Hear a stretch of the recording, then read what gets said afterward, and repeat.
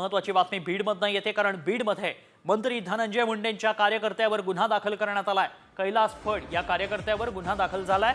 हवेत गोळीबार करून व्हिडिओ काढल्यानं हा गुन्हा दाखल करण्यात आलाय। साम टीव्हीनं याबाबतची बातमी दाखवल्यानंतर पोलिसांनी ही कारवाई केली आहे। सामाजिक कार्यकर्त्या अंजली दमानिया यांनी फडचा हवेत गोळीबार करतानाचा व्हिडिओ सोशल मीडियावर पोस्ट केला होता। या प्रकरणी आता कारवाई करण्यात आली। फडवर अखेर गुन्हा दाखल करण्यात आलाय।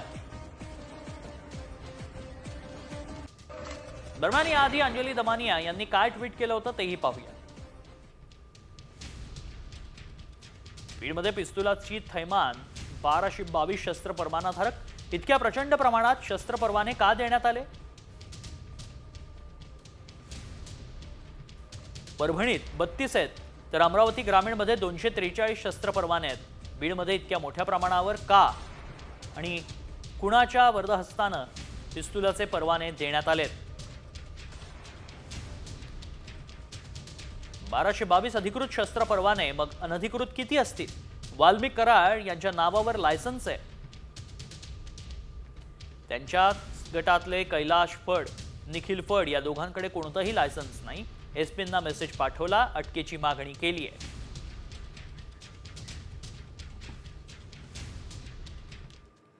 बातमीपत्रात या पुढच्या महत्त्वाच्या बातम्यांचा आढावा 36 जिल्हे 36 रिपोर्टरमधून।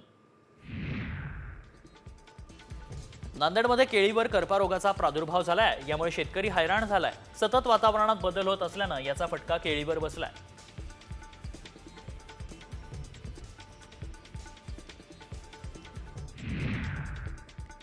ढगाळ वातावरणाचा फटका हरभरा पिकाला बसण्याची आता शक्यता आहे। मागील 2 दिवसांपासून परभणी जिल्ह्यात ढगाळ वातावरण आहे, त्यामुळे बहरलेल्या हरभरा पिकाचं नुकसान होण्याची भीती आहे। निसर्गाच्या या लहरीपणानं शेतकरी हवालदिल झालाय।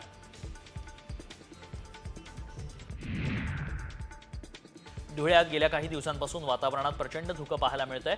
या वाढत्या धुक्यामुळे रब्बी पिकांना रोगराईचा धोका निर्माण झालाय, त्यामुळे शेतकरी धास्तावलाय। पिकाचं रोगापासून संरक्षण करण्यासाठी औषध फवारणीची धावपळ सुरू आहे।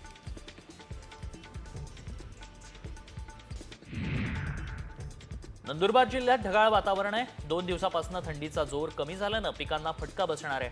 हरभरा, गहू, कांदा, मका आणि ज्वारी या पिकांवर अळीचा प्रादुर्भाव वाढल्यानं फवारणीचा खर्च वाढलाय।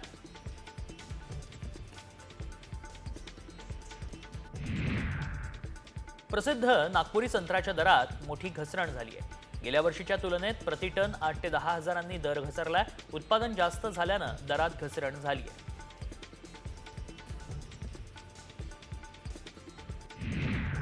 बेदाण्यावरील 5% जीएसटी रद्द करण्याचा निर्णय केंद्र सरकारनं घेतलाय। बेदाण्याला कृषी मालाचा दर्जा देण्यात आलाय, त्यामुळे बेदाणा आता जीएसटी मुक्त करण्यात आलाय। या निर्णयाचा नाशिक, सांगली आणि सोलापूर जिल्ह्यातील द्राक्ष उत्पादक शेतकऱ्यांना मोठा फायदा होतोय।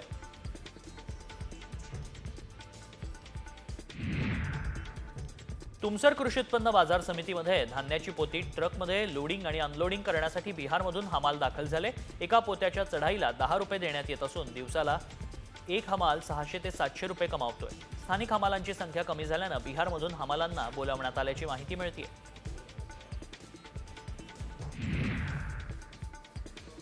जनावरांना पुन्हा एकदा लंपी आजाराचा धोका निर्माण झालाय। या आजारामुळे जनावरांची तब्येत बिघडते, तसंच या आजाराची लागण इतर जनावरांना देखील होतीये। इतरही जनावरं या आजाराची शिकार होत आहेत। या आजाराचा प्रसार होऊ नये यासाठी पशुवैद्यकीय यंत्रणा अलर्ट झाली आहे। राज्यात 26 आणि 27 डिसेंबरला काही जिल्ह्यांना हवामान विभागानं येलो अलर्ट जारी केलाय। मध्य महाराष्ट्र आणि मराठवाड्यात 26 ते 28 डिसेंबर दरम्यान जोरदार पावसाचा अंदाज आहे, तर 27 डिसेंबरला वादळी पावसासह गारपिटीचा इशारा देण्यात आलाय।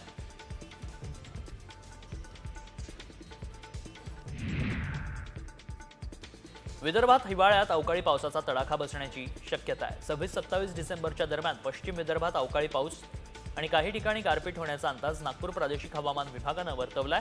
तसंच बुलढाणा, वाशिम आणि अमरावती जिल्ह्यांना पावसाचा अलर्ट जारी केला गेलाय।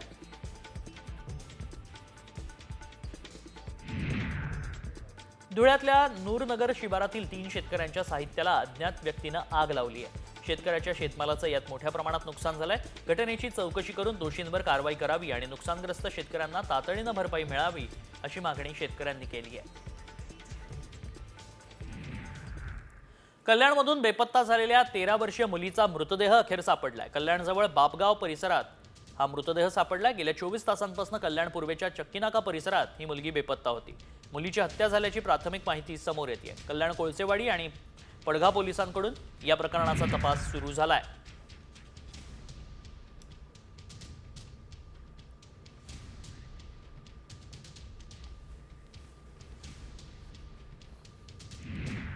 नागपुरातील प्रेरणा कॉलेजमध्ये गाडी लावण्याच्या वादातनं तुफान हाणामारी झाली आहे। 8 दिवसांपूर्वी झालेला वाद मनात ठेवत आरोपीनं बाहेरील तरुणांच्या मदतीनं रियान पठाणवर हल्ला केलाय। मारहाणीच्या व्हिडिओच्या मदतीनं पोलीस पुढील तपास करतायत।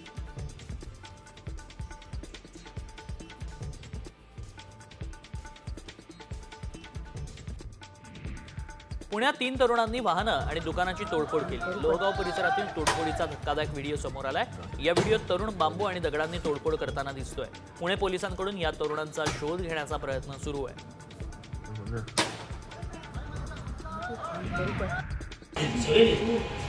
नाशिकच्या सिडकोमधील त्रिमूर्ती चौकात कामावरून घरी परतत असणाऱ्या मजुरावर दोघांनी हल्ला केलाय। घटना सीसीटीव्हीमध्ये चित्रित झाली आहे। मारहाणीमध्ये रक्तबंबाळ झालेल्या मजुराला मित्रांना रुग्णालयात दाखल करून पोलीस ठाण्यात तक्रार दिली। हाच राग मनात ठेवून गुंडांनी दुसऱ्या दिवशी मित्रावर देखील हल्ला केलाय। या प्रकरणी गुन्हा दाखल करण्यात आलाय।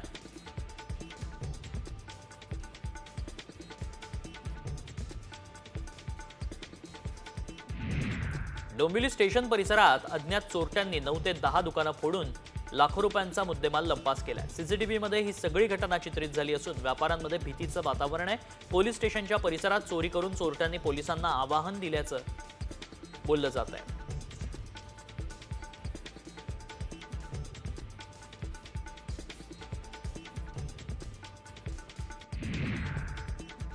अपघातादरम्यान कारमधील एअरबॅग्स उघडून त्याचा फटका बसल्यानं एका 6 वर्षाच्या मुलाचा मृत्यू झालाय।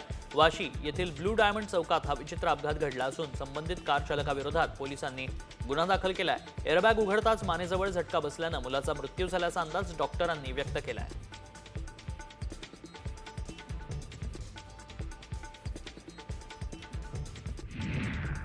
नायलॉन मांजामुळे सिन्नरमध्ये एकाचा गळा आणि 2 बोटं कापल्याची घटना घडली आहे। नंदकुमार मोठे असं जखमी व्यक्तीचं नाव असून उपचारासाठी त्यांना हॉस्पिटलमध्ये दाखल केल्यानंतर त्यांच्या गळ्यावर 35 टाके टाकण्यात आले।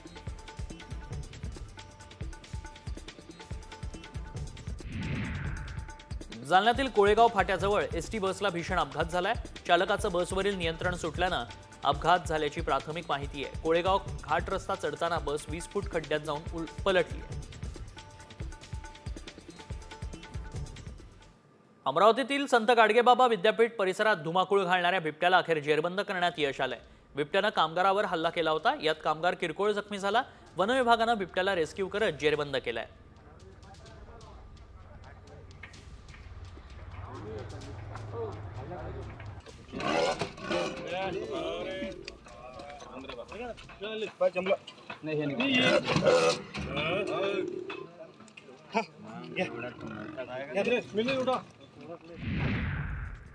चाकणमध्ये बेकायदेशीरित्या राहणाऱ्या 2 बांगलादेशी नागरिकांना अटक करण्यात आली आहे। गोपनीय माहितीच्या आधारे पोलिसांनी चाकणच्या साईराज लॉजिंगमधून एक बांगलादेशी पुरुष आणि महिलेला ताब्यात घेतलं। त्यांच्यावर गुन्हा दाखल करण्यात आला असून पोलीस अधिक तपास करतायत।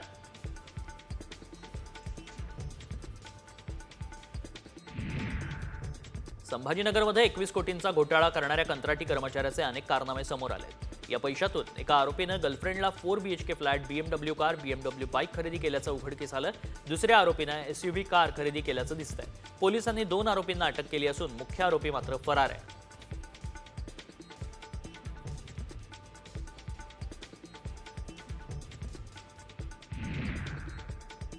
नंदुरबारच्या खांडबारा ग्रामीण रुग्णालयात दारूच्या नशेत डॉक्टर उपचार करत असल्याचा आरोप रुग्णांच्या नातेवाईकांनी केलाय। चुकीच्या जागी इंजेक्शन लावल्यानं रुग्णाचे नातेवाईक आणि डॉक्टर यांच्यात शाब्दिक वाद होत असल्याचा व्हिडिओ समोर आला। जिल्हा शल्य चिकित्सकामार्फत या प्रकरणाची चौकशी केली जाते।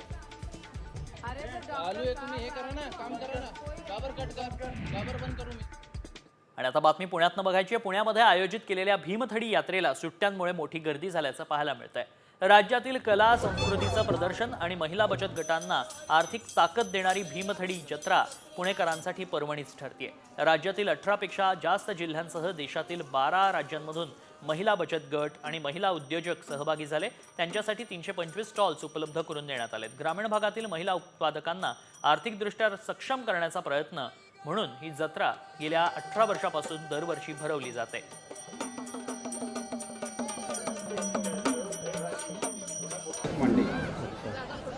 तुम्हाला काय कॉमेंट्री पाहिजे असेल तर? खूप छान प्रतिसाद नेहमीप्रमाणे पुणेकरांनी दिलाय, त्याबद्दल मला खरं पुणेकरांचे मनापासून आभार मानायचे आहेत की जशी भीमथडी 2006 पासून आम्ही चालू केली तेव्हापासून आज तागायत तुम्ही संपूर्ण सर्व परिस्थितीमध्ये या भीमथडीच्या पाठीशी खंबीरपणे उभे राहिलात। आमच्या महिलांचा उत्साह वाढवला, त्यांना प्रोत्साहन दिलं, त्यांचा माल खरेदी केलात, त्यांच्या चुका समजून तुम्ही घेतल्यात आणि महिला तुम्ही जो काही माल घेताय त्यातनं आमच्या महिला खूप शिकतात आहे। बातमीपत्रात या पुढच्या महत्त्वाच्या बातम्यांचा आढावा टॉप 50 मधून। महाराष्ट्राची कुलस्वामिनी आई तुळजाभवानी मातेच्या मंदिरात भाविकांची मोठी गर्दी झाली आहे। एकीकडे नाताळ सण तर दुसरीकडे लग्नसराईमुळे राज्यासह तेलंगणा, कर्नाटकसह राज्यभरातून भाविक दाखल झालेत।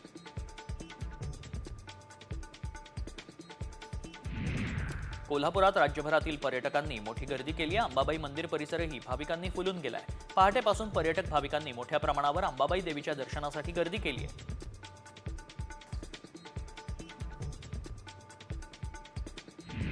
सलग सुट्ट्यांमुळे 12 ज्योतिर्लिंगांपैकी एक असलेल्या त्र्यंबकेश्वर मंदिरात भाविकांची गर्दी झाली आहे। दर्शनासाठी 1 ते 1.5 किलोमीटर पर्यंत रांगा लागल्याचं पाहायला मिळतंय। त्यामुळे दर्शनासाठी 4 ते 5 तास वेळ लागतोय।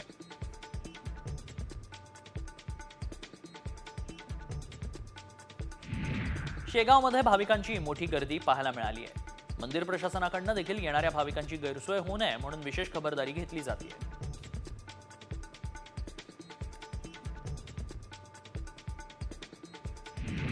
राज्यातील दुसऱ्या क्रमांकाचं थंड हवेचं ठिकाण असलेल्या तोरणमाळ इथं पर्यटकांची गर्दी झाली आहे। सुट्टीचा आनंद घेण्यासाठी महाराष्ट्र, मध्य प्रदेशसह गुजरातचे पर्यटक तोरणमाळमध्ये दाखल झाल्याचं दिसतंय। पर्यटक यशवंत तलावात बोटिंग सफारीचा आनंद लुटतायत। जळगाव जिल्ह्यातील वाघूर प्रकल्पातून तब्बल 3830 शेततळे तयार करण्यात येणार असल्याची मोठी घोषणा जलसंपदा मंत्री गिरीश महाजनांनी केली आहे। तर जामनेर तालुक्यात तब्बल 29,655 हेक्टर सिंचन क्षमता असलेली उपसा सिंचन प्रणाली तयार होणार आहे। त्यामुळे जामनेरमधील 43 गावांचा पाणी प्रश्न सुटणार आहे। तब्बल 853 कोटी रुपयांची कामं मार्गी लावण्याचे आदेश देखील गिरीश महाजनांनी दिले।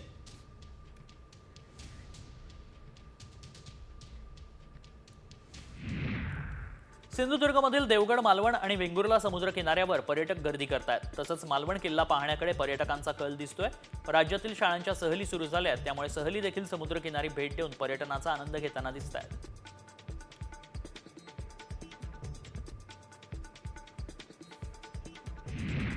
नाताळच्या सुट्टीमुळे पर्यटक मोठ्या प्रमाणात कोकणात दाखल होत आहेत। सिंधुदुर्गापासून रायगडपर्यंत समुद्र किनारे पर्यटकांनी फुलून गेलेत। गणपतीपुळ्यातही मुंबई, पुणे, नाशिक आणि पश्चिम महाराष्ट्रातून मोठ्या संख्येनं पर्यटक गर्दी करताना दिसत आहेत।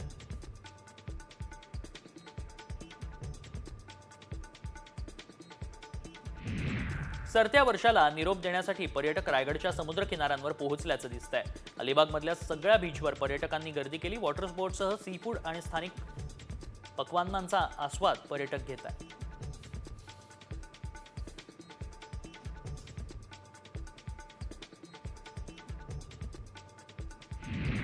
नवीन वर्षानिमित्त मध्य आणि पश्चिम रेल्वेवर अतिरिक्त सेवा चालवण्यात येणार आहे। सीएसएमटी ते कल्याण आणि सीएसएमटी ते पनवेल 2 तर चर्चगेट ते विरार स्थानकादरम्यान 4 सेवा चालवण्यात येतील।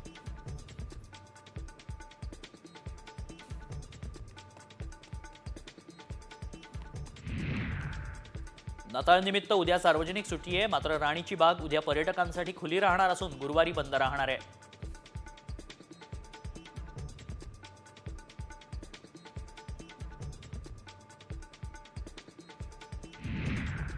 रायगडच्या कोरलाईत नाताळची वेगळीच धूम पाहायला मिळते। पोर्तुगीज देश सोडून गेले तेव्हा त्यातील काही लोक रायगडच्या समुद्रकिनारी असलेल्या कोरलाईमध्ये राहिले। त्यांचे वंशज आजही तत्कालीन परंपरा जपत नाताळ सण साजरा करतात। तिथे प्रत्येकाच्या घरात येशू ख्रिस्तांच्या जन्माचा प्रसंग देखावा स्वरूपात साकारला जातो।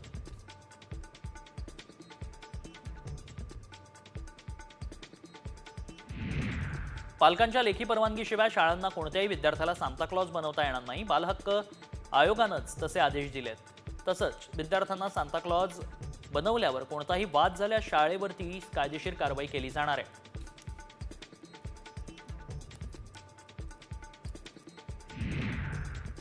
नवी मुंबई परिसरात वाहतूक नियमांचं पालन करणाऱ्या वाहन चालकांना सांताक्लॉजद्वारे चॉकलेट देण्यात आलं. यावेळी वाहन चालकांनी उपक्रमाचं स्वागत केलं, तर वाहतूक पोलिसांनी नियमांचं पालन करण्याचं आवाहन वाहन चालकांना केलंय.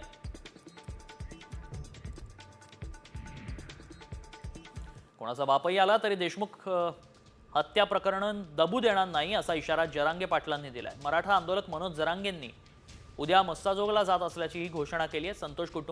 संतोष देशमुख यांच्या कुटुंबियांची ते भेट घेणार आहेत, तर परभणीत सोमनाथ सूर्यवंशी यांच्या कुटुंबाची देखील भेट घेतील. तर 28 डिसेंबरला बीडमध्ये होणाऱ्या मोर्चात सहभागी होण्याचं आवाहन देखील त्यांनी केलंय.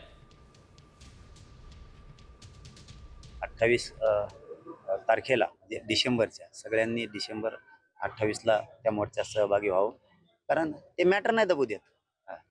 कोणाचा पण बाप येऊ दे, ते मॅटर नाही दबू देत. त्या मोर्चामध्ये आपण सहभागी होतो ना, नेता भेता थोडाच नेता थोडं त्या कुटुंबाला न्याय मिळेपर्यंत मी हटत नाही आणि हटणार सुद्धा, कधीच हटणार. वर्ध्याच्या पडेगावमध्ये संत वसंत बाबांच्या दत्तपंचमी निमित्त 3 दिवसीय उत्सवाला सुरुवात झाली आहे. या 3 दिवसात विविध धार्मिक सांस्कृतिक कार्यक्रमांचं आयोजन करण्यात आलंय. उत्सवानिमित्त गावात भक्तिमय वातावरण पाहायला मिळत आहे.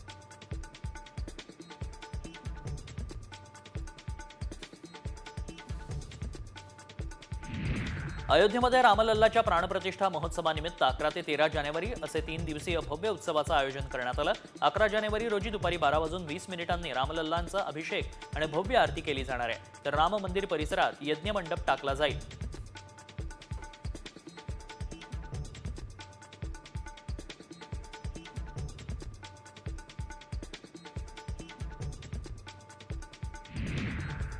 दाऊदचा भाऊ इक्बाल कासकरच्या हस्तकानं बळकावलेला फ्लॅट ईडीनं सील केलाय. एका बांधकाम व्यावसायिकाला धमकावून या फ्लॅटवर कब्जा केला होता. त्यानं व्यावसायिकाला धमकावून 90 लाख रुपये खंडणी देखील उकळली होती. इक्बाल कासकर विरोधातील मनी लॉन्ड्रिंग प्रकरणी कारवाई करण्यात आली आहे.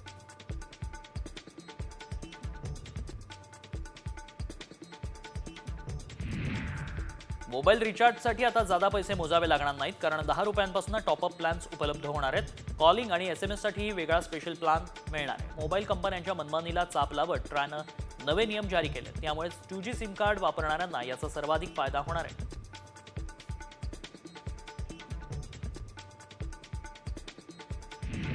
MPSCच्या परीक्षांची तारीख जाहीर झाली आहे. गट ब परीक्षा 2 फेब्रुवारीला, तर गट क परीक्षा 4 मे रोजी होणार आहे. तर उमेदवारांना 26 डिसेंबर ते 6 जानेवारीपर्यंत अर्ज करता येतील.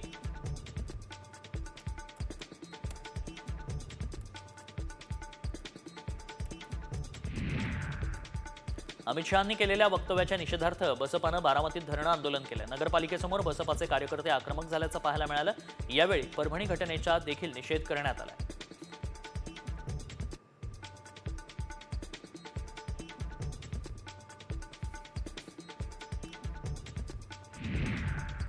अमित शहांच्या आंबेडकरांवरील वक्तव्याचा निषेध करण्यासाठी बहुजन समाज पार्टीच्या वतीनं अमरावतीच्या जिल्हाधिकारी कार्यालयासमोर धरणं आंदोलन करण्यात आलं. शहांनी देशाची माफी मागावी आणि पदाचा राजीनामा द्यावा अशी मागणी यावेळी आंदोलकांनी केली आहे.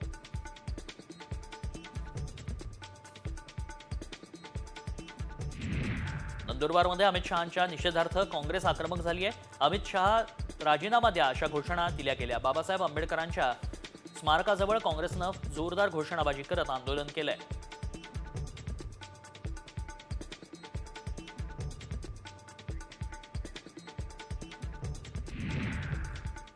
आणि आता बातमी तुमच्यासाठी महत्त्वाची आहे. भांडी घासण्याचा स्पंज तुम्ही वापरता का? भांडी घासण्याचा स्पंज तुम्हाला आजारी पाडू शकतो. हे आम्ही का म्हणतोय त्यासाठी तुम्ही हा रिपोर्ट पहा. किचन में जो स्पंज है वो एक साइलेंट किलर बन सकता है. रिसर्च कहता है कि एक स्पंज में टॉयलेट सीट से भी ज्यादा बैक्टीरिया होता है, मिलियंस. स्टडीज ने ये प्रूव किया है कि स्पंजेस में हार्मफुल बैक्टीरिया जैसा साल्मोनेला और ई कोलाई ग्रो करता है, जिससे बैक्टीरियल इन्फेक्शंस हो सकता है और in extreme cases kidney failure भी हो सकता है. तुम्ही भांडी घासण्यासाठी स्पंज वापरत असाल तर सावधान, कारण भांडी घासण्याचा स्पंज हा टॉयलेट सीट पेक्षाही घाण असल्याचा दावा करण्यात आलाय. फक्त दावाच नव्हे तर हे लॅब मधल्या चाचणीतही सिद्ध झाल्याचं व्हायरल व्हिडिओत म्हटलंय. त्यामुळे याची सत्यता जाणून घेणं गरजेचं आहे. सोशल मीडियावर हा व्हिडिओ आणि मेसेज व्हायरल होतोय. त्यामुळे गृहिणींच्या मनात भीती निर्माण झाली आहे. आपके किचन में जो स्पंज है वो एक साइलेंट किलर बन सकता है. रिसर्च कहता है कि एक स्पंज में टॉयलेट सीट से भी ज्यादा बैक्टीरिया होता है, मिलियंस. भांडी घासण्याचा स्पंज टॉयलेट सीट पेक्षा घाण.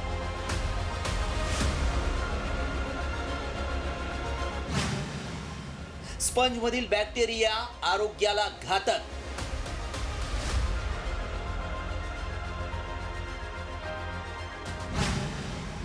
व्हायरल व्हिडिओ मागचं सत्य काय? स्टडीज ने ये प्रूव किया है कि स्पंजेस में हार्मफुल बैक्टीरिया जैसा साल्मोनेला और ई कोलाई ग्रो करता है, जिससे बैक्टीरियल इन्फेक्शंस हो सकता है. हा व्हिडिओ पाहून महिलांना नक्कीच प्रश्न पडला असेल की खरंच आपण भांडी घासत असलेला स्पंज इतका घाण असू शकतो का? कारण स्पंजमुळे भांड्यावरील बॅक्टेरिया पोटात जाऊन आपल्या आरोग्यावर गंभीर परिणाम होतात असा दावा करण्यात आलाय. हा दावा अत्यंत महत्त्वाचा आहे. त्यामुळे आमच्या व्हायरल सत्य टीमनं या दाव्याची पडताळणी सुरू केली. याबाबत एक्सपर्ट माहिती देऊ शकतात. त्यांना मेसेज दाखवला आणि हे कितपत खरं आहे हे जाणून घेतलं. भांडी धुवायसाठी आपण ब्रशेस किंवा स्पंज हे दोन गोष्टी यूज करतो, आपण वापरतो. तर ही गोष्ट खरी आहे की या दोन्ही गोष्टीमध्ये बॅक्टेरिया, टॉयलेट सीटवर जेवढे बॅक्टेरिया असतात त्याच्यापेक्षा जास्त बॅक्टेरिया यांच्यावर असतात. याचं कारण काय? कारण स्पंजेस आणि ब्रशेस नीट धुतल्या नाही जात आणि कम्प्लिटली सुकवल्या नाही जात.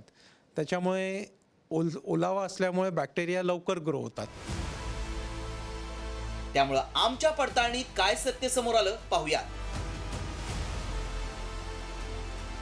भांड्याच्या स्पंजमध्ये टॉयलेट सीटपेक्षा जास्त बॅक्टेरिया असतात. स्पंज ओला असल्यामुळं जास्त बॅक्टेरिया निर्माण होतात. क्लोरीन किंवा उकळत्या पाण्यात स्पंज धुवून सुकवावा. टायफॉइड, जुलाब, पोटाचे गंभीर आजार होऊ शकतात. डायरिया झाल्यास किडनीवर परिणाम होऊ शकतो. भांडी घासण्याचा स्पंज जास्त दिवस वापरू नये. भांडी घासलेला स्पंज काही महिला भिजलेलाच ठेवतात. त्यामुळे लाखो बॅक्टेरिया स्पंजमध्ये जमतात आणि भांडी घासताना बॅक्टेरिया पुन्हा भांड्यातून आपल्या शरीरात जातात. याचे गंभीर परिणाम आरोग्यावर होत असल्यानं स्पंज वापरताना खबरदारी घ्या. आमच्या पडताळणीत भांडी घासण्याच्या स्पंजमध्ये टॉयलेट सीटपेक्षा बॅक्टेरिया असतात हा दावा सत्य ठरलाय. ब्युरो रिपोर्ट, साम टीव्ही न्यूज.